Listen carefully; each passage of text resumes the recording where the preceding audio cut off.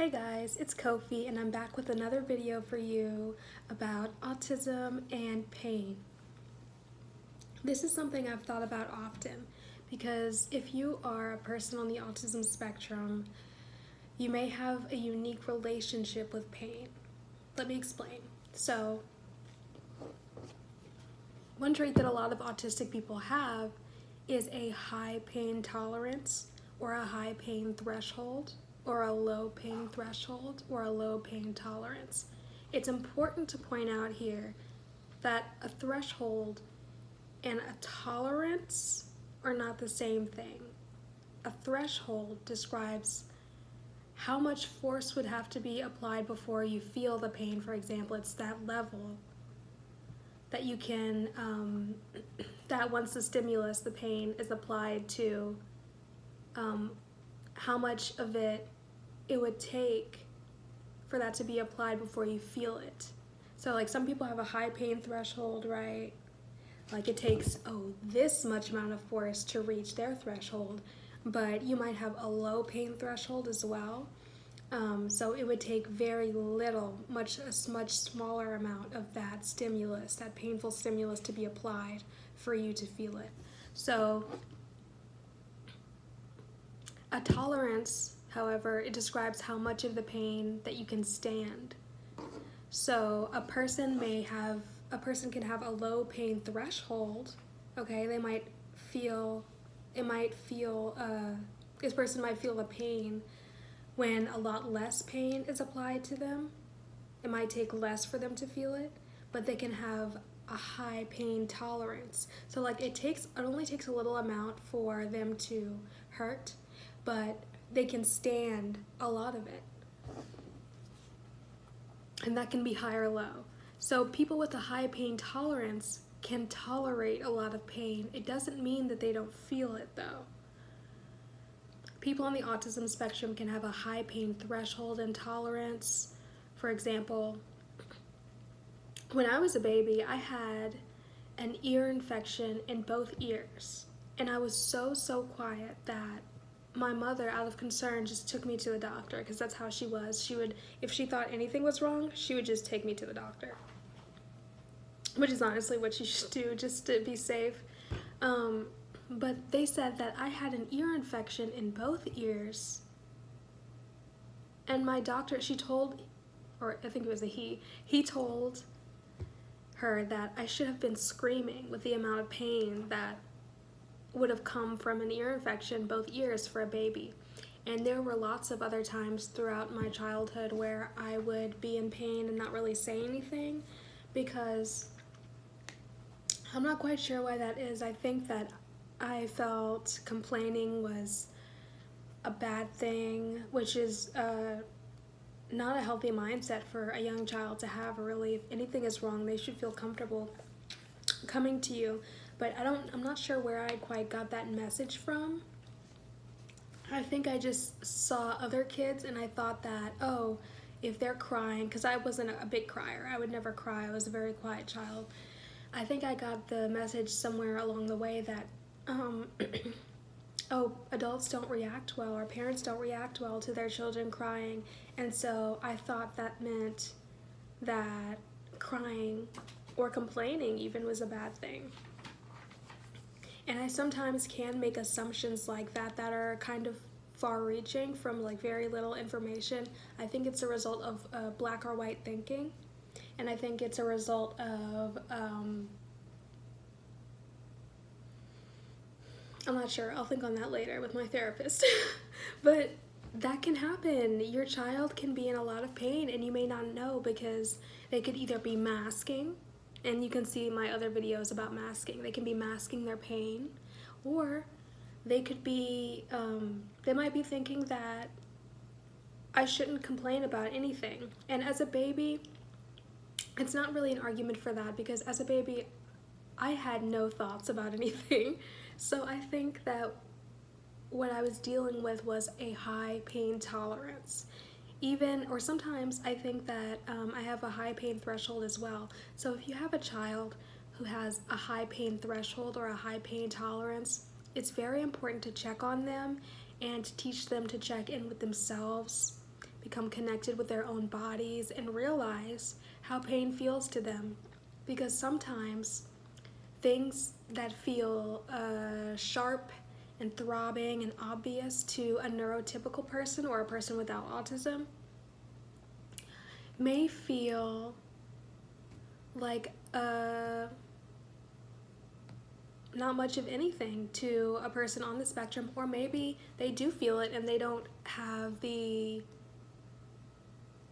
connection, they don't make the connection in their minds like, oh, that's a feeling, I should do something about it. Imagine if you were sitting in a building and you heard an alarm. Everyone would be like, oh my goodness, we gotta get out of here. Let's say it's a fire alarm. There's a fire, we have to get out of here. But a person on the spectrum may think like, oh, I hear that, it's loud and annoying. Sometimes that's how you can feel about pain. Sometimes you hear the alarm, you feel the pain, but you don't make the conscious decision to do something about it. And that can be very concerning for a person on the spectrum because something could be wrong. Pain is usually a sign that something is wrong.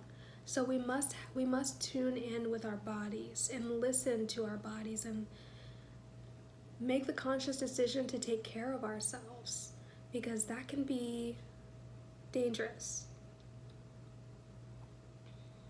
If you are staying up late nights and your body's exhausted, maybe you're doing a lot in your life physically and emotionally, and you feel the pain, but you just shrug it off. There are only a certain amount of times you can do that, you can shrug it off before something serious will happen. So it's very important that we pay attention to things like that. Pay attention to your alarms. One step that is also very important for autistic people to make is to pay attention to our emotional pain as well. I know that oftentimes this world does not make much space for pain for disabled people, and I think that we have to take it upon ourselves to pay attention to them ourselves. Our feelings that are non-physical, but that can cause a lot of issues for us nonetheless. If you are feeling sad about something, let's say something happens in your life and you think, someone says something to you, and you think, oh, that really hurt my feelings, but I'm not going to say anything about it. I just have to, I have to keep masking. I have to keep trying to connect with this person because I need to fit in. Or maybe you have a bully who is saying things to you and you're afraid to stand up to them. And this is not just for children. Adults have bullies too. I had a work bully not too long ago, and I finally stood up to her, and that was very hard for me despite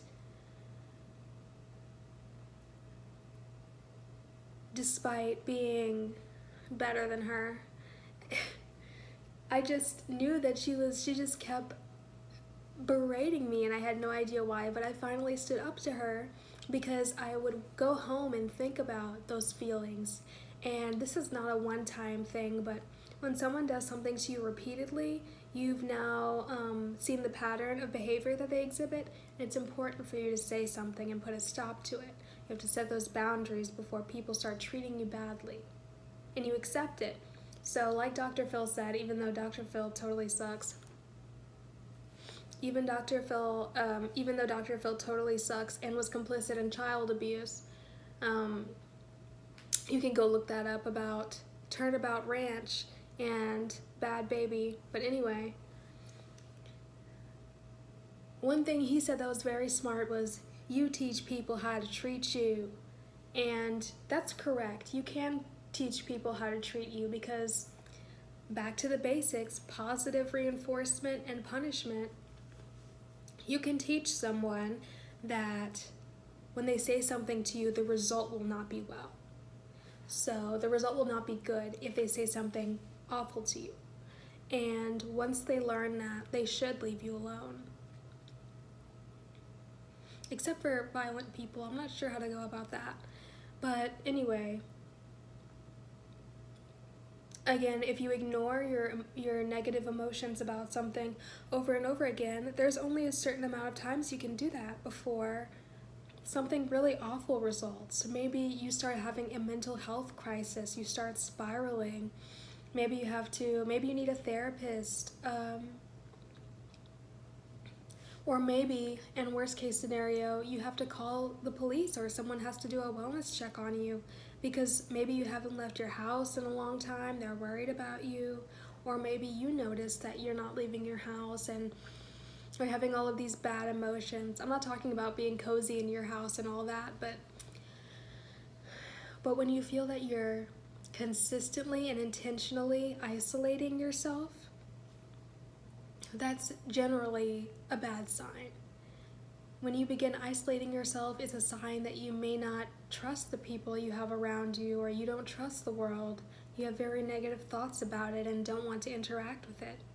And that's valid. The world is cold and hard, but it doesn't mean that we can't still try to take care of ourselves. We're engaging in self-care.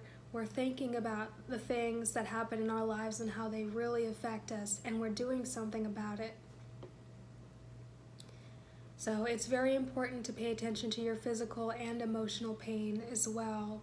And for those people on the spectrum who, and there are a lot, who deal with self-harm, that can be a result of something happening in your life and you're not expressing your emotions about it and you're not taking steps to try to stop it. I know that this is not something that everyone has access to stop it, depending on what's going on in your life, but I mean, you've got to do something. You've got to, for me, I paint, I draw, I listen to music, but it's a tough world out there. You've got to find something that you enjoy. You've got to engage in your special interests, your hyperfixations, the things you like, the things that give you dopamine and make you smile. You have to live a good life, because if you don't make that way for yourself, it often feels like the world will not for you as an autistic person, especially if you're an autistic person in a minority. This world is not designed for you. It's designed for neurotypical, straight, white men, and if you're not one of those, it can be hard. Autism is such a challenge to deal with day to day that even if you are a straight white male and have autism, that can be hard too. It's just that having extra minorities on top of it can make it seem nearly impossible. And we have to be there for each other, really. If you can find 2 friends that you trust dearly and that you've done your whole personality analysis on, you're trying to figure out if this person has negative patterns and whatnot.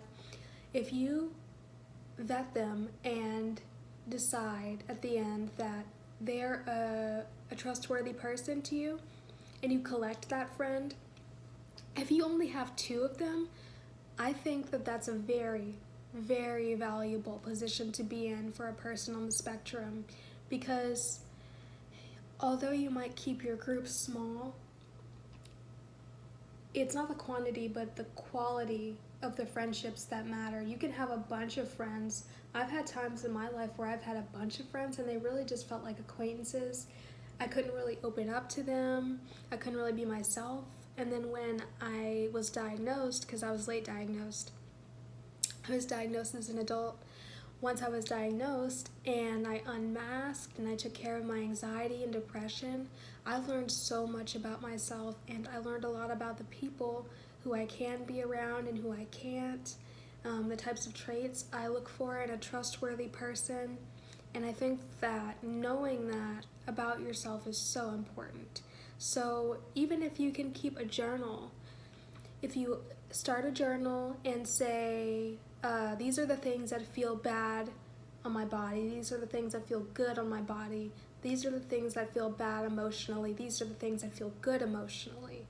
Because sometimes if you don't notice how something feels in the moment, which is often with people on the spectrum because of a thing called alexithymia. And interoception can also play a huge role in feeling what you feel in that moment and not later on, because sometimes as autistic people we have an experience in the moment and then we don't realize how we feel about that until later on. And that's hard because if you bring some things up later it's gonna make you look a little bonkers. You're like, remember what you said last week? I hated that. Then they're gonna be like, whoa, why didn't you say that in the moment? Well, I didn't realize that it hurt me in the moment, things like that. So I hope that you take this advice and you really set some time aside to think about how you feel about things, because it sounds small, but it's such a big thing. All right. Well, guys, thank you so much for listening. Please like and subscribe and share this video with others. And I hope that you do take care of the way that you feel against the world and the experiences you have in the world, because your feelings are valid. Don't let anyone ever try to tell you that you can't feel a certain way, or don't ever feel punished for feeling a certain way, because feelings are not voluntary, they just happen. Thanks.